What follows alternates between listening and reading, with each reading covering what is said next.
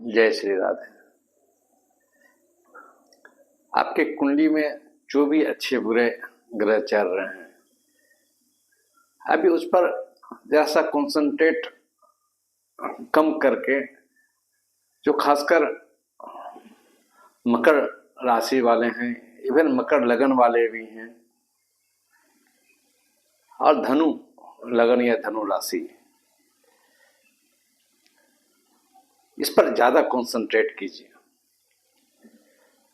हम जितनी बातें बोलने का कोशिश करते हैं, जितने फीडबैक आ जाते हैं देश विदेश, कौन लोग ज्यादा ग्रसित हैं, पहले अनुमान तो मैं अपने अदर प्लेटफॉर्म पर कर ही देता हूं। जैसे मकर वाले के लिए वो दिन पहले दिए थे, धनु वाले के लिए दिए थे कि दो तीन ग्रह आपके 12वें भाव में आ रहे हैं।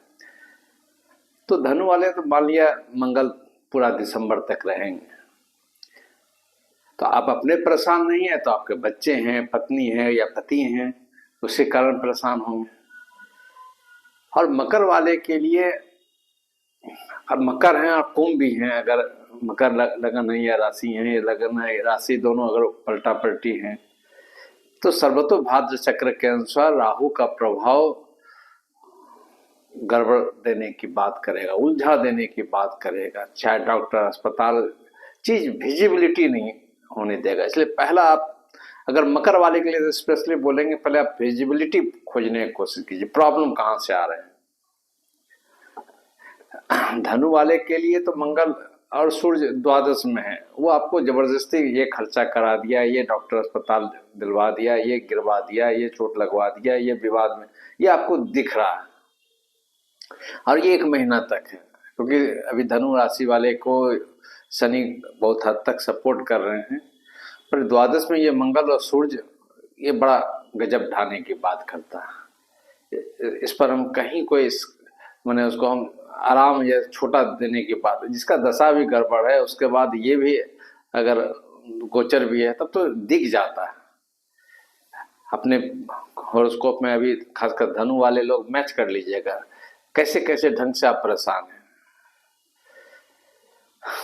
मकर वाले भी होने जा रहे हैं, तो खासकर मकर वाले फरवरी तक, ऐसे तो पूरा जुलाई तक का बात है, मैं कम से कम फरवरी तक, पहला मेरा अपना जो अनुभव है, वेट एंड वॉच पहला स्टार्ट कीजिए।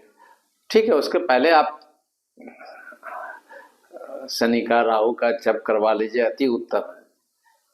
पर ऑब्जर्वेशन मोड में रहिएगा ना, तो बहुत प्रॉब्लम को आप सॉर्ट आउट करने का गजब का क्षमता आपके साथ में रहेगा।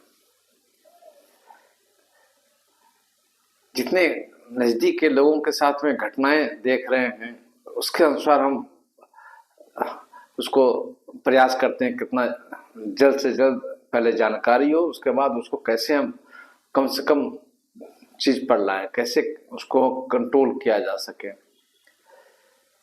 तो अब 2-4 बात धनु के बारे में कह देते हैं। धनु में चूंकि 12th में है, तो वो पहला 12th में है, हॉस्पिटलाइजेशन और ऑब्वियसली अगर हॉस्पिटल मेंटल टेंशन होगा, खर्चा होगा, भाग दौड़ होगा, तो हम पहले से क्यों नहीं तैयार रहे।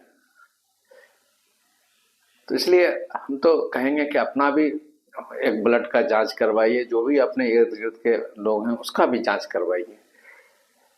सबसे आसान तरीका, सबसे आसान टुटका, कोई न कोई किसी मद में खर्चा करते रहिए। ये धनु वाले के लिए बोल रहे हैं।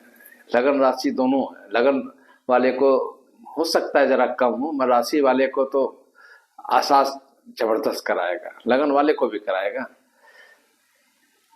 12th हाउस कोई न कोई विवाद वाली बात करवाता है, इसलिए वो तो आपके बस में बहुत है, बहुत कंप्रोमाइज करके चलिए। हमको अभी नहीं लड़ना है, दिसंबर के बाद लड़ना है, ये सोच के चलिए। मकर वाले के लिए 2nd हाउस में शनि है, ठीक है, अपने घर में है, तो फिर भी हम कहना चाहेंगे कि 2nd हाउस अपना फिर भी अतिथि स्थान होता है। पति बीमार हैं या पत्नी बीमार हैं, या आपके और जो घर में कोई बीमार आदमी है, पीड़ित लोग हैं, 2nd हाउस में शनि जाएंगे, मार्गी भी हुए हैं, तो ये पीड़ित करेंगे, शनि बीमार करेंगे, लाइफ थ्रेट में ले जाएंगे। शनि का जो प्रॉब्लम होता है वो नस से होता है, ब्रेन से होता है। इसलिए अलर्ट मूड में रहिए और जप के साथ में रहिए, पूजा पाठ करवा के चलिए, बहुत हद तक आप आएगा प्रॉब्लम, सेफ मूड में रहिएगा। तो अभी धनु वाले के लिए सूर्य और मंगल का पूजा प्रतिदिन कीजिए, गायत्री मंत्र जरूर जाप कीजिए, हनुमान चालीसा भी पाठ कीजिए। और मकर वाले के लिए शनि, मकर वाले के लिए शनि का, और फिर जाके ये जनवरी फरवरी सेकेंड हाउस में आपके मंगल रहेंगे, 12th में आपके सूर्य और मंगल रहेंगे। जनवरी फरवरी अबाउट कुछ दिन आगे पीछे रहेगा। तो फरवरी तक धनु राशि मकर राशि वाले हैं उलझे हुए। पापकत्री योग में चंद्रमा रहने का क्या मतलब है? यानी चंद्रमा मेरा फंसा हुआ है, पूरी तरह उलझा हुआ है।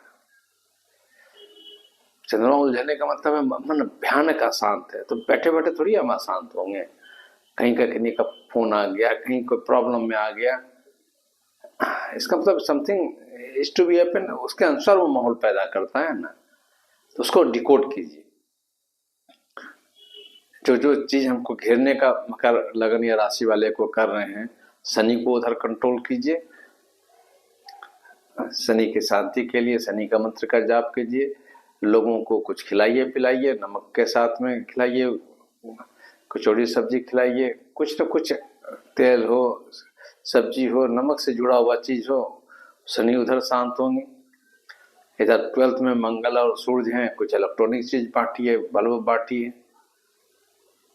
ब्लड रिपोर्ट, ब्लड जांच करने के लिए कहेंगे उस समय, मकर वाले के लिए इम्पोर्टेंट है, अभी धनु वाले के लिए। तभी धनु और मकर स्पेशली मेरी बात समझ सकते हैं, तो आप अलर्ट मोड में रहिए। और देखिए, कोई डराने की बात नहीं है, आप ऑब्जर्व कीजिए। 10 दिन अबाउट 7 दिन मंगल इंटर किए हुए हो गए हैं धनु वाले के लिए द्वादश में, नहीं दिखाई पड़ा है। भगवान करे मेरी बात गलत हो, पर अगर मेरी बातों से आपको बहुत लाभ हो जाए, बहुत किन्हीं की जान बच जाए, किसी का बड़ा प्रॉब्लम, इससे बड़ा खुशी मुझे क्या होगी। और ज्योतिष शास्त्र का तो मेन मतलब यही है, अंधकार में आप प्रकाश डालिए, प्रकाश के गिरने के बाद आप उठाइए। तो सेकेंडरी आप लाभ देने की बात कर रहे हैं, पहला लाभ तो वही है, जानकारी देने की बात हो। जानकारी में ये चीज सोचते चलिएगा कि निगेटिव आ रहा है, तो निगेटिव तो लाइफ में है ही है, उसी में तो प्रकाश सूर्य महाराज जी आते हैं तो दिखाई पड़ते हैं, ऊर्जा देते हैं।